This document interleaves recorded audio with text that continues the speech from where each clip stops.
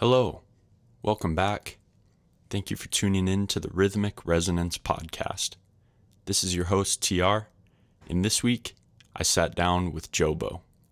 Jobo is a local Montana artist who is from the Flathead Reservation and is definitely someone you should pay attention to. At 11 years old, Jobo was writing, recording, and releasing his own music and continues to surprise me with new stories and songs every time I have the chance to interact with him. From freestyling with his family at a very young age, to releasing his first music video at 13, performing his first show at 15, to being a part of The Last of the Nobodies Volume 1 at 16, Jobo's passions speak for themselves. He's incredibly talented and has such a drive for creativity. I can't wait to see what the future holds for him as he navigates life and continues to grow and evolve as an artist. But before I say too much, here's Jobo on the Rhythmic Resonance Podcast, episode number 9 at Area 41 Collective.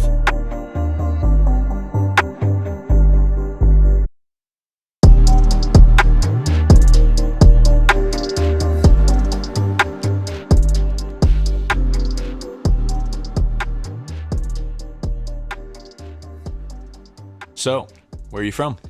I'm from Flathead Indian Reservation. It's kind of like I kind of moved around all over. Yeah. All over around there. My whole life, my whole childhood has kind of been everywhere.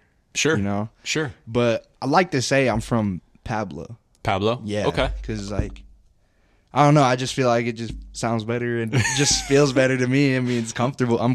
I live there. That's home. Yeah. Yeah. What other places have you kind of Well, been in? I stay in Ronan at the moment. Okay. And I used to live over by Job Corps and Kicking Horse. Sure. Over there, that's where kind of like I grew up too, because you know my grandma lived there. Okay. And then also, you know where Moise is? No. I've never even heard of that place it's before. by the Bison Range. It's like right on the river. Okay. And we lived like literally like.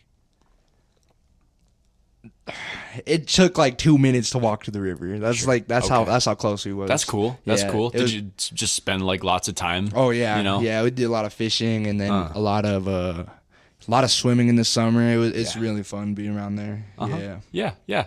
So like, what have you been into? You know, like in your younger years. You know, like what do you like to do for fun, or I don't know, like what? Yeah, like.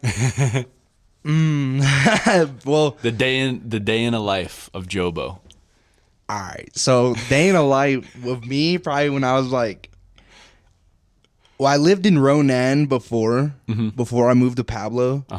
Cause like I never really lived in Pablo, only when I was baby, when I couldn't remember, you know. Yeah.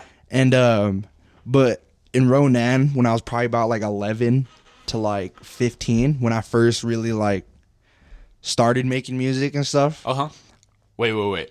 Started at 11? Like, I started way before that, but I want to say taking it seriously at like 11. Sure. Yeah.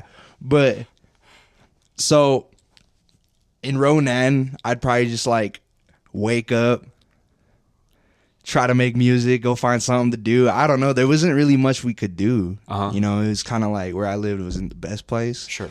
But it helped me build character. But yeah, I mean, really just make music all day, go to school the next day, skip the next day, make music that day, and then go to school the next. I don't know. Yeah. That's kind of where I was sitting at. Yeah, totally. I mean, and it's like you're still young, you know. So like those experiences will come, you know, as you grow and stuff. But like, just those like little things, you know, of like, I don't know, like ride bikes or anything. Dude, that's crazy like, you say that. Dude, I think I was about like 12 or 13 when I shot my first music video with Coulter. Sure.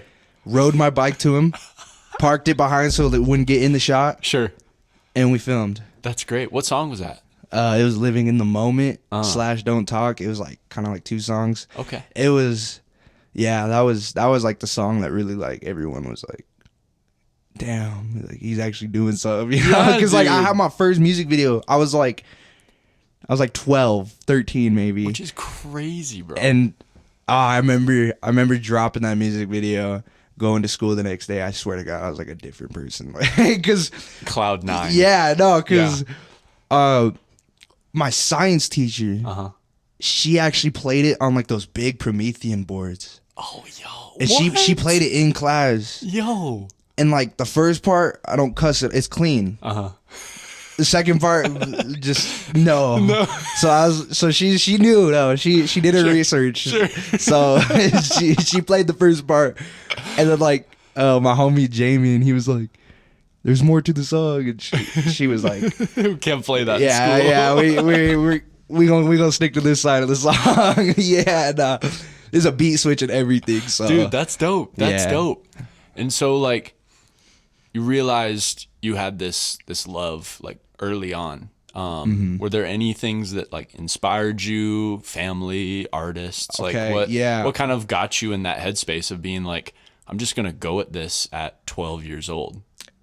So there's a few of them. Yeah. So, before I was like 11, 12, I've always tried to make something like music, I've always kind of put my creativity to that, you know, and like my early childhood imagination was always going to that, something like that, along the lines of that, whether that's playing drums with my dad or he plays guitar. Well, I don't even know. So your like, family is like a musical, like they're musical. My uncles on my dad's side, my uncles, they all like, he used to have this, my uncle Chuck, he used to have this jam room downstairs. He had like the biggest house in our family. Sure. So, like we'd always have dinners there and stuff. But like he used to have this jam room. It had like a piano. It had a bunch of amps in there, microphones, drums, guitars, bass guitar. Like he had everything in this one little room.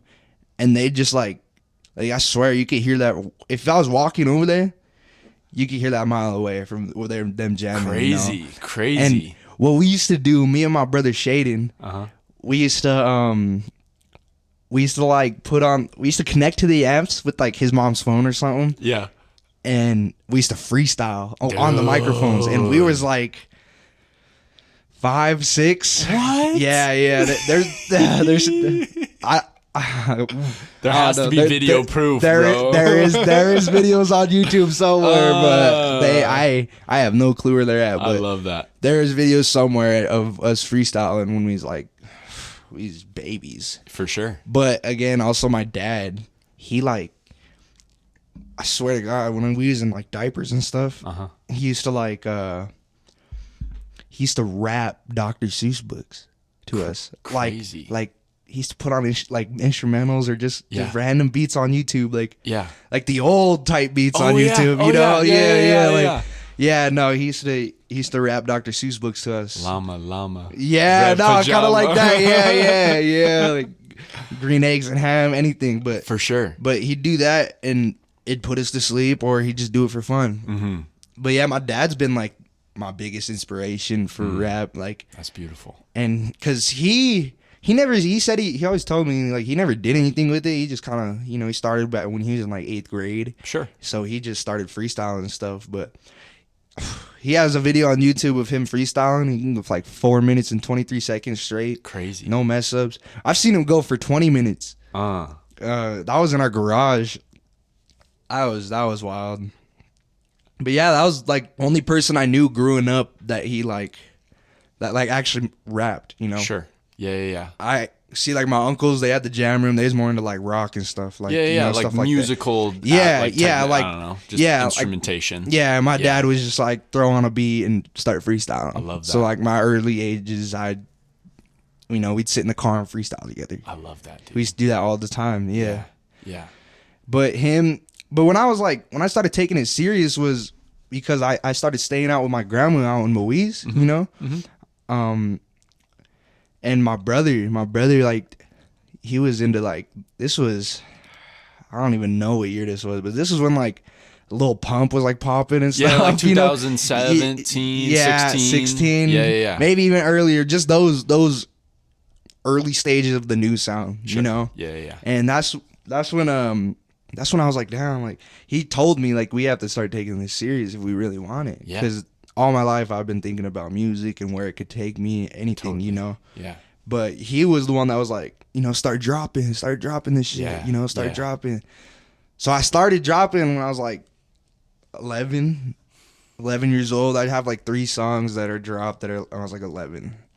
Dude. I wasn't like, I don't think I was good because I'm so much better. For sure. But like right now. yeah, Exactly. yeah. But yeah. people back then were like, damn, you're pretty fucking good. But Like, bro, I you're don't- like 11 yeah, years old I was and you're 11. dropping I your was- own music. Like that's yeah. a crazy thing to even think about. Yeah, like full songs too, like hooks, verse, hook, verse.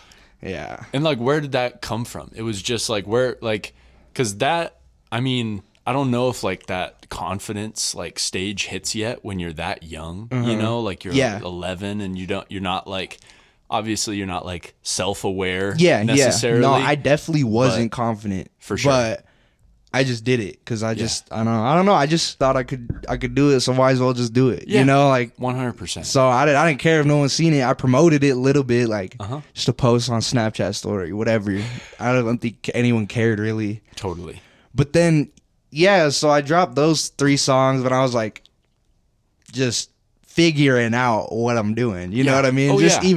You know, just like, being very optimistic about like, what am I gonna do? Like, right. You know like what I mean? You're finding your sound. Yeah, you're finding yeah, like the flows. You're finding like what you want to talk about. Yeah, because like, there's so many aspects to the creation of it. You know, if you like really think about it, there's so many things that it kind of funnels down into as like a singular song. Yeah. And then it's like just your choice to decide what you want to make. This one song that kind of like changed my whole, like, I don't know, like it just changed my whole way of thinking about this music stuff was after I dropped those 3 songs. You know, I was just young. I waited like a year or 2. I was probably about 12, almost 13 probably. Sure. I made this song.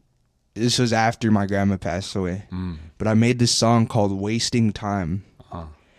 And I was like, it's like, even to this day, it's still like I could tell I'm young, but I still like it, you know, because it's just like, damn.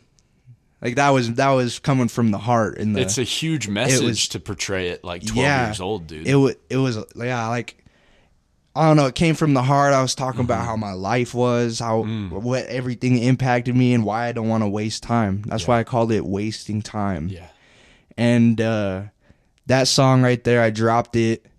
I literally went by the river, took a picture of myself, and then dropped it. Yeah. I dropped it on YouTube and SoundCloud. Fire.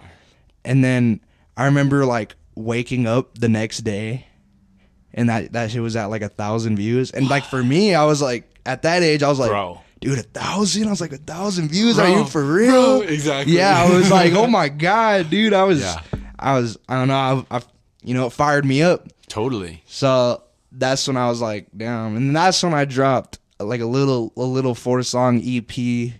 I mean, I had my homie Jay on there. Yeah. And then that Living in the Moment song, the one I filmed with Coulter. Yeah. And then I had like 2 more. But yeah, no, that one was, that's where it all kind of like started from. Crazy. To build Yeah. something, you know, to actually build something. That's where it started from there. Yeah. You know? And how did you even like get linked up with like Coulter and them and Shadow? Oh, so you got to talk about that a little bit. Yeah, no, because you're like, oh, I pulled up on the bike, you know? Yeah, I kind of like, I seen local people I knew doing like these nice, good quality videos for COVID. Oh. And I was like, yo, who filmed this? Yeah. I was like, dude, I need to know. I need to meet this guy. I need to get ties with. I need a video. You know, that's what I was really thinking. For sure. And then I seen Shadow do one, and I was like, dude. And then that's what really like, you know, Foreshadow. You know, like I kind of heard that name going around. You know, he's a big artist on our res. You know, 100%. I kind of heard that name going around, but then I think I added him on Snapchat. Like I just searched up his name and he was there, and I was like, whatever. I was like, this guy probably famous as fuck. I was like, well, he probably not even gonna answer. So then, no, he accepted my friend request. And I was like, what the hell? I was like, yo.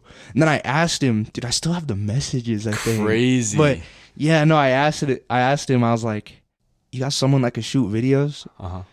I was like, you hook me up with one? He said, I got someone, but it's no hookup. I remember him saying that, and I was like, I barely even knew what that meant at the time. I was like, what does that mean? Whatever, you know.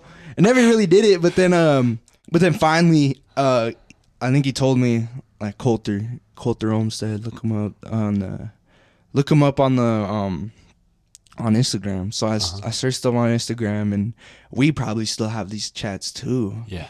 But yeah, I just hit him up, just, you know, a little quick paragraph, told him what's up, and then he was like, yeah, whatever. And then this is around the time we got that stimulus. Yeah, so I paid some of my stimulus for that, you know, because for that video, yeah, and then we got it done. Cause I remember, because we were going on super short notice, because like he scheduled it like I think a few days after the day we shot it, you know. But then like I remember that night he was like, hey man, I'm gonna be in. He was filming a New Wave Cypher in Pablo, and he's like, I'm gonna be down there. You want to just get it done before, dude? And I was like, yeah, let's do it tomorrow. You know, I'm young. My time is very flexible. My schedule is very my talking about his schedule. I had nothing on my schedule. I was just like, whatever, you know. I didn't. It was on a weekend, so I didn't have school. Sure. So that was plus. I would have just skipped school for it anyways. But yeah, no. So I rode my bike. Over there. I got dressed, whatever. I didn't even put anything cool. I had like a watch, like a gold watch. Yes, sir. Got the drip. I didn't have anything cool to wear, so I was like, I just put something on, whatever, just like a normal day. Rode my bike down there. He was waiting right by the bowling alley. So then we filmed that on the sidewalk, whatever. That's how that connection gang. Yeah. And then eventually Shadow started asking me to do shows, you know. And then so I was like, hell yeah, you know. I was like 15 my first show. Dustin put that together in R. Lee. Okay. Which R. Lee is just like the weirdest place to have a show, I think. Yeah. But like so many people popped out. He asked me about it, and then he's like, I was like, 100%. I'm so down. He's like, you can bring up whoever. So I brought my brother Kai. Sweet. My brother CMFB. We're in a crew together, but sure. Yeah, we didn't have no subs or anything. Sure. The building we was in, if we had a sub, I swear it probably would have broke it. Like it was tiny little venue area, but he rented it out. He spent his own money. Sweet. And then so at soundcheck he just had like these little Bluetooth speakers, Bluetooth mics. That's all we had. But we still had a fire show. That was like, that's still so memorable, you know. Not only because it was my first, but it was because like I was surprised on how many people actually listened to my songs. Like I thought, because I was just still in the stage where people would click it to see what it's about. Yeah, to see, I know Jobo. Right. You know, whatever. Let me see what this is about, you know. But no, people were actually like listening to our songs. And I was like, damn, this is when me and my brother Kai first started like making music together. Yeah. And we started dropping like bangers after bangers, and for sure, like everyone was messing with them. And that's how I got my first show. Beautiful. Yeah. It's just like, it's so crazy to me to just see how you just went for it. You know, it was just like one of those things where it wasn't even like a thought. It was just like, I'm doing it, you know? Yeah, no, even now I'm still like, it's the same energy. Yeah. You're just more of like a refined artist. You've done it so much. I kind of know what to expect now. Exactly. You know what I mean? Yeah. It's not like I don't know what I'm doing. Right, like, right. It's nothing new. Yeah, there's nothing new, but there is new things, you know. Obviously, there'll always be new things coming to me, but yeah. That's kind of how that this whole dream vision really like started. I've always had the dream since I was young. I just didn't have anywhere to start. Sure. You know, and this that year was like, damn, you know. We're leveling up a little bit. Like you're starting to see the hard work and like the imagination, the creativity like paying off. No, that year 2022 was crazy for me because like I was just kind of like getting more mature and growing up, you know. Totally. That's how young I was, you know. Of course. But so we did that show or whatever, and I just joined the group like a week before that show was called YNS. Yeah, that's what I'm in now. Right, you're still in that. But it kind of like we didn't have it for a little bit, but me and my brother Kai put it back together and have this own crew. But yeah, no, that whole year, 2022 was like one of my most favorite years. Like, so meeting Shadow and Coulter, you know, and you got asked to be a part of LOTN. Talk a little bit about Last of the Nobodies. Like, give me some favorite memories. Talk about like maybe some things that you like learned from that experience. Yeah, or 100%. Just talk about the experience. So we were at I had a session at the old studio. Okay, over at New Wave? At New Wave. Cool. I had a session over there, and this was months before Last of the Nobodies. You know, this was months, like probably maybe to like 9 months before. Okay. We had a session, and Shadow was talking to me about it. Yeah. And I was like, what? I was hyped because I was like, dude, I am so down. Like a documentary. I was like, dude, that is some movie shit. I was like, let me do that. I was like 100% I'm in no matter what, you know, whatever, I'm in. And then, so it finally came to it, and my mom was bringing me up in her minivan. Fire. Yeah, we pulled up. Yeah, I pulled up there, and I pulled up on day 3. Okay. Day 3, I had my clothes, I had a blanket, whatever. I was like, bet, let's do this. You were ready. I was ready. Yeah. You know, then that's when I like walked in there, and I was like, I don't know anyone. For sure. Like, I didn't even know. I met Edwards, you know, through Last of the Nobodies. I knew Magic. I knew Benny, but me and Benny got closer through Last of the Nobodies, you know. That's beautiful. And Vinny, older cousin. Okay. Like, Magic is my older cousin too. Sure. I didn't really know Magic as much as I knew Vinny though. Yeah. You know, and I knew Shadow, Coulter, Dustin, and Kimchi. And then I remember getting there, and I was like, just, you know, kind of just focusing on the moment. I wasn't thinking about the music. I was like, damn, this is a cool moment, you know, whatever. Yeah. Started meeting people, whatever. And then I remember I walked into the room that Sherbert was cooking up in, and I heard Graveyard. Yo. I heard the Graveyard. I heard Bro. I heard Edwards on it.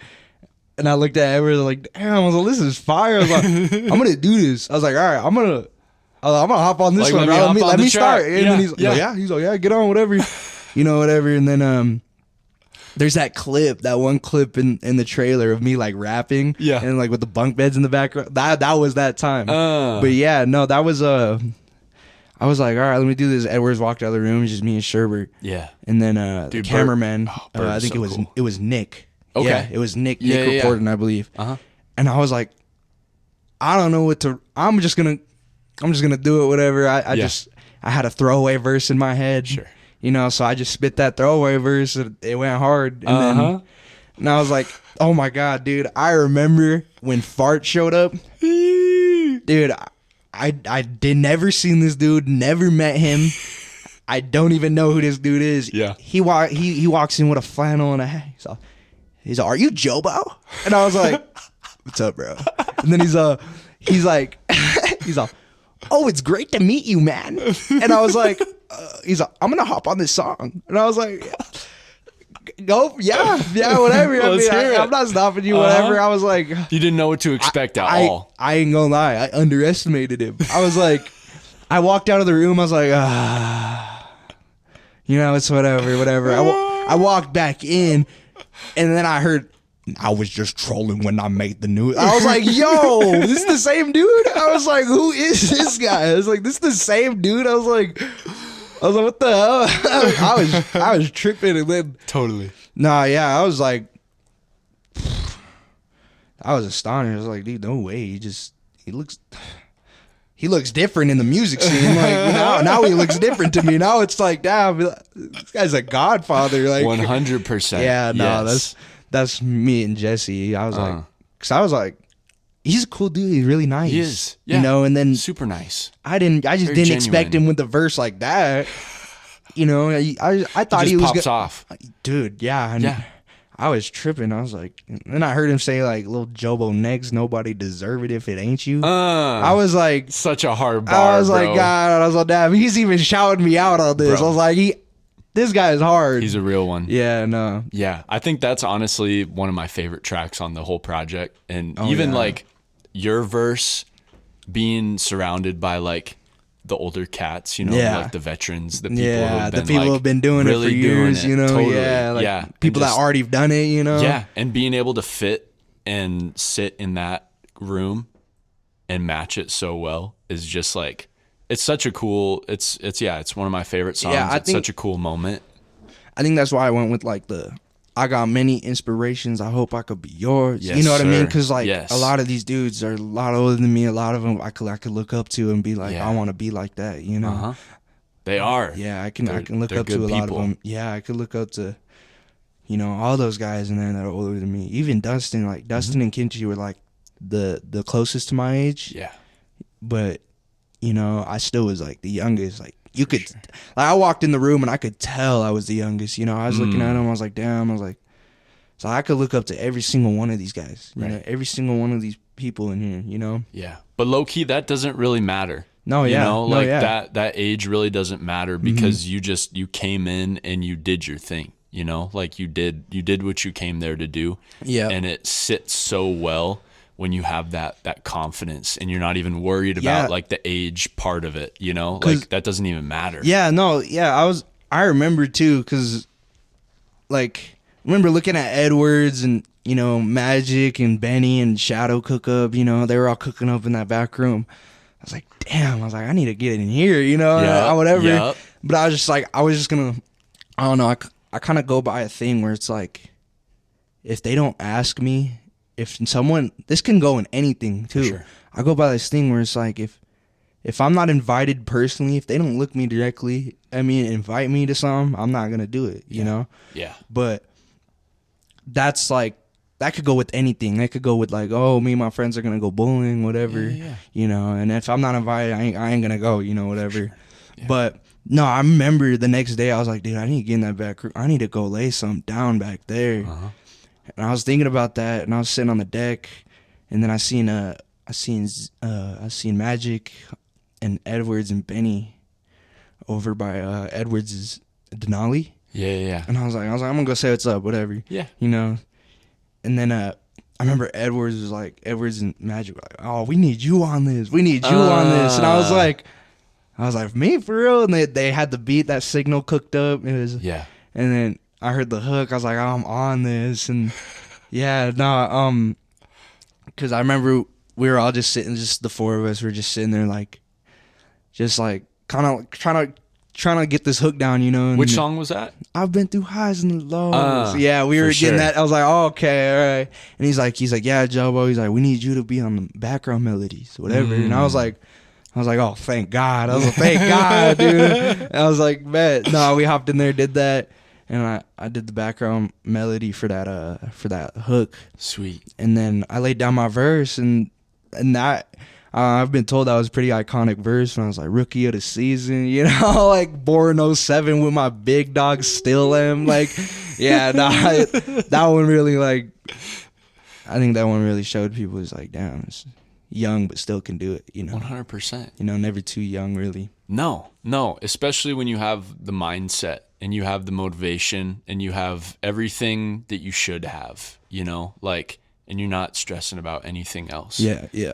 And that's like, I think what really a lot of people don't have. There's always those aspects that they have like the mindset, but they might not have the drive to do it, or they have the drive to do it, but they don't know how to navigate those situations, you know, and like where you're at, you have all of those things in one package, and you just like going up to random people and being like, yo, I know a little bit about you, but I don't know you. Like, what's up? You know, like people, a lot of people, they have anxiety. They wouldn't even do that, you know, but like you have this way about you and just your personality. You just like, you're going and you're doing it. And that's like, it's very valuable, man. Yeah, no, I'm so hungry. You know what I mean? You like, are, yeah. Especially at the last Nobodies, I walked in there and I was like, I'm hungry. I'm gonna go get this. You have to be in that situation. Yeah, when there's 20 other people there. Yeah, you know you it's have not to even, stand out. It's and it's not even a point of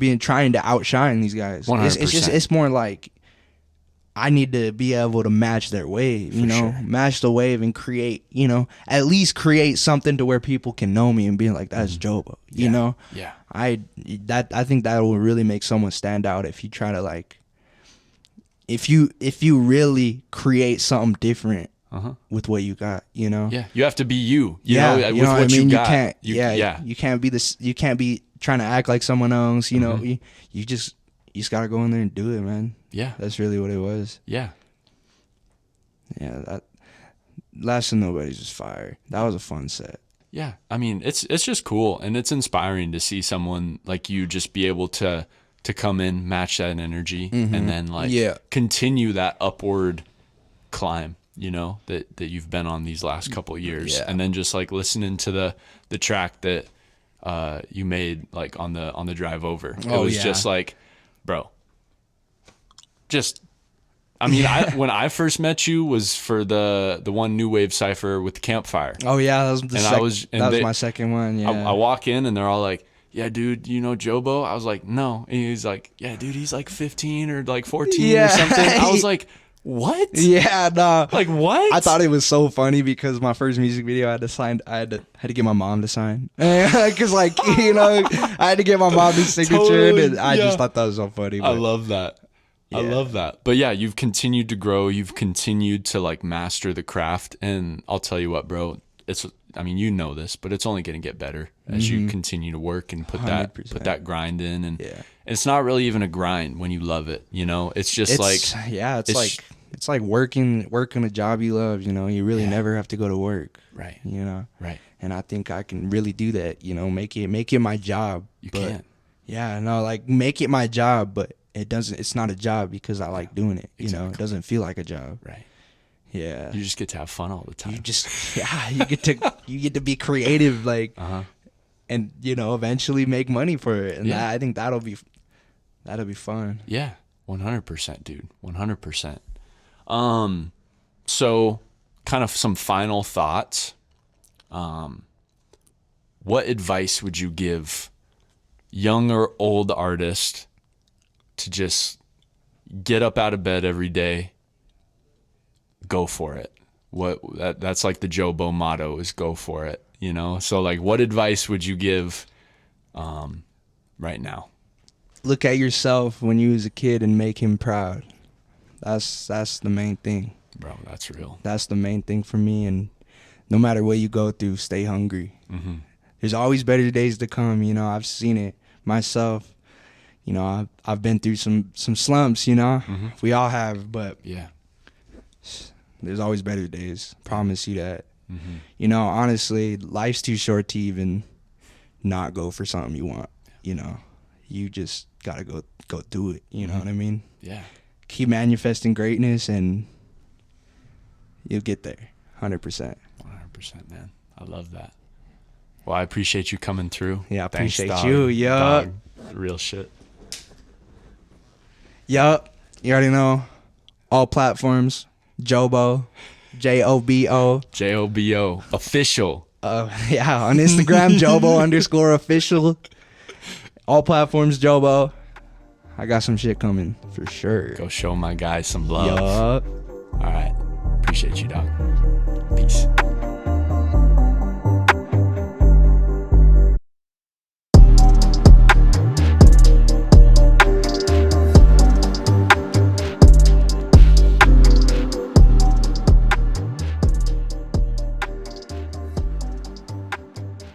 Before I end this episode, I want to thank you for taking the time to listen and support the vision I have of documenting the Montana music scene and highlighting the artists a part of the community who really shine and stand out amongst the crowd. And I really couldn't do this without the support and encouragement I've received from many of my listeners already, and I'm very thankful for it. The best way you can continue to help with this vision is by keeping tabs on the artists you hear on these episodes. Find them on social media, give them a shout out, and listen to their music, because there really are some extremely talented people here who love to create and are worth listening to. And support like that is 100% free of charge. And it makes a huge difference to each and every one of us that love music, from artists to fans. It means the world. As far as the podcast goes, please share it with your friends, your family. You can even tell your coworkers about it. Just spread the word, because music is such a universal language, and a lot of the time, we only get to see creators through exterior lenses, and very rarely do we get to see them for who they really are, which is just human beings, with all sorts of talents and perspectives that shape the world as we know it. So thank you for listening, and have a blessed week. All love.